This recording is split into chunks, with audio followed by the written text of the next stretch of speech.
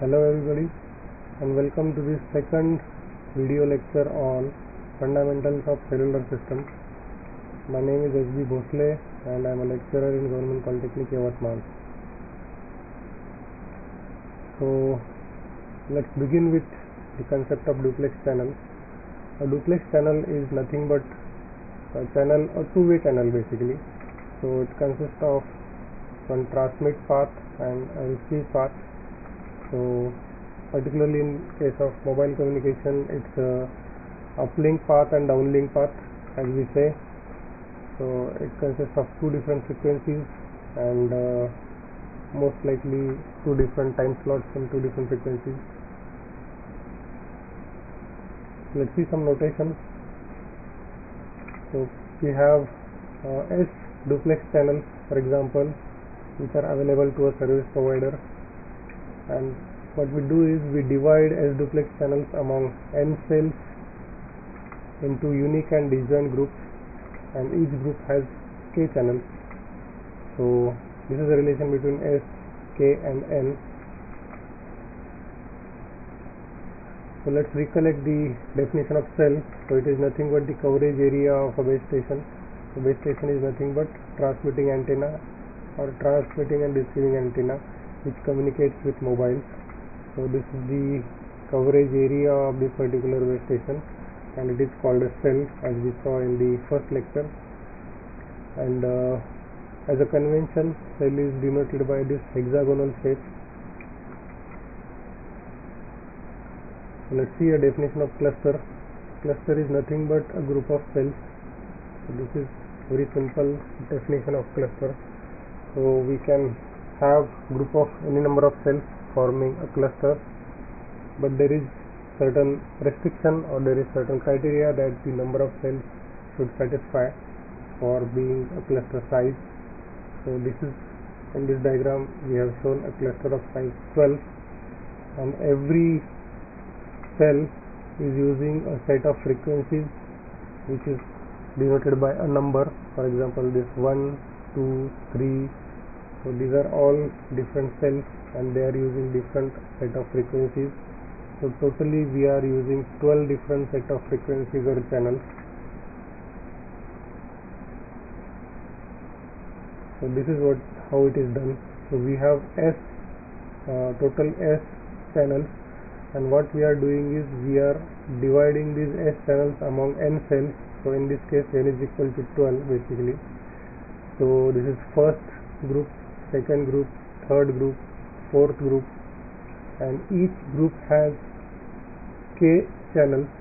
So each group has k channels, and each set or each group of k channels is allocated to every cell. So this group is allocated to this first cell, this group is allocated to second cell, and this 12th or nth group is allocated to nth cell. This is how we distribute channels to the different cells in a cluster. And you see that every channel is used only by one cell. So there is no reuse of channel inside a cluster. So there is no frequency reuse within a cluster. Then let's see something called system capacity. And the system capacity is, though the notation is C, this is very different from channel capacity that you might have studied in the digital communication. So system capacity is nothing but how many times we are reusing the frequencies. So if we have S channels and if we are repeating a given cluster in a particular area for m times, then m into S will give us the system capacity. So it means that if, for example, if we have 10 channels used by one cluster, and if a cluster is repeated say 10 times, then the system capacity is 100. So we can have 100 channels in that particular area. So that is what is meant by system capacity. This is how we can show the cluster. So this is the area. So we are roughly using 4 different clusters here, and every cluster has size 7. So any cluster cannot take any size. For n to be a cluster size, it has to satisfy this particular equation. So So n has to be equal to I square plus ij plus j square, where I and j should be non-negative integers and one of them should be, either of them should be non-zero. So both of them cannot be zero at the same time, otherwise cluster size will be 0. We have shown cluster sizes for different values of I and j. This is not exhaustive list, but this is just a representative list, and it will give you an idea of why cluster cannot take any size. So for I is equal to 0 and j varying from 1 to 4, so these are the cluster sizes 1, 4, 9, 16. Similarly for I is equal to 1 and same values of j, so these are the possible cluster values, and similarly for I is equal to 2, so these are the possible cluster values. These are the possible cluster values. And because the condition equation, which is I square plus ij plus j square, is very symmetric, we can see that. So these two columns, they have same cluster size. Here I is 1, j is 2, and here I is 2, j is 1. So doesn't matter if we interchange the values of I and j. So that's what I want to convey. And you can see that this does not contain all the possible integers. For example, if you take example of 5, so cluster of size 5 is not possible because 5 does not satisfy that equation. This is not satisfied by 5, or we cannot write 5 in terms of any ij which satisfy this equation. So here we have shown the clusters of different sizes.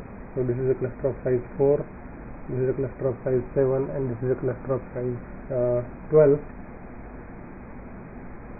So you can see that if we want to cover this whole area, we'll need less number of clusters if they have more sizes. And if you want to repeat this, or if you want to cover this area, we have to repeat this particular cluster number of times. Now let's see what is meant by co-channel cell. So co-channel cells are cells that use the same group of channels. For example, we have shown here two clusters. So this is cluster 1 and this is cluster 2. In these clusters, so this particular cell uses one set of frequencies.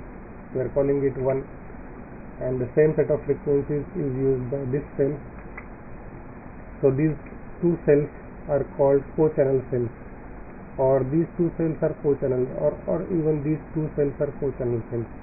So cells using the same group of channels, they are called co-channel cells. The problem with co-channel cells is that they can interfere with each other. If they are not, or if there is not enough separation among them, then they can interfere with each other. So that's why it should be taken care that the separation among co-channel cells is large enough so that they do not interfere with each other. Now let's see how a cluster size is a trade-off. So let's see what happens if we have smaller clusters. So smaller clusters means that we'll require more clusters to cover the same area, because cell sizes are not changing, we are keeping the cell sizes constant.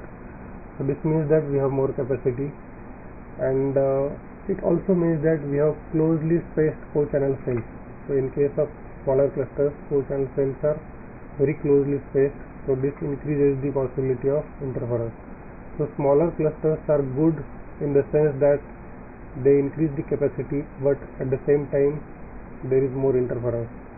On the other hand, if a cluster is large, it means we'll need less number of clusters to cover the same area, and we'll have lesser system capacity, but at the same time there is more spacing between the co-channel cells, there is less interference. So larger clusters are desired from interference performance point of view, and smaller clusters are desired for increasing the capacity. Now it depends upon what is our priority, or what is the cost that we are ready to incur, and what is it that we are ready to let go of. So that will decide whether we want smaller clusters or larger clusters. So you can see here, so this is a smaller cluster, so we need more clusters, so roughly 8 clusters here, and this is the cluster size 7, so we need only 4 clusters to cover roughly the same area. And obviously the capacity here will be more, but interference performance of this group will be better. Now let's see how to locate co-channel cells. So the number of cluster size or number of cells in a cluster is given by I and j, or every n has its corresponding value of I and j. So these I and j will help us to locate the co-channel cell for any given cell. For example, start at a given cell and move perpendicular to face of the hexagon. So this is the face of hexagon, so we are moving perpendicular, and move perpendicular I cells, then this is the direction of motion, then turn anti-clockwise 60 degree and again move j cells. So this will be the location of its co-channel cells. So it will be more clear when we see an example. So for example, here, so along this, if you consider this face, here n is 12, so here n is equal to 12, cluster size is 12, so 12 corresponds to I is equal to 2 and j is equal to 2, if you remember the table.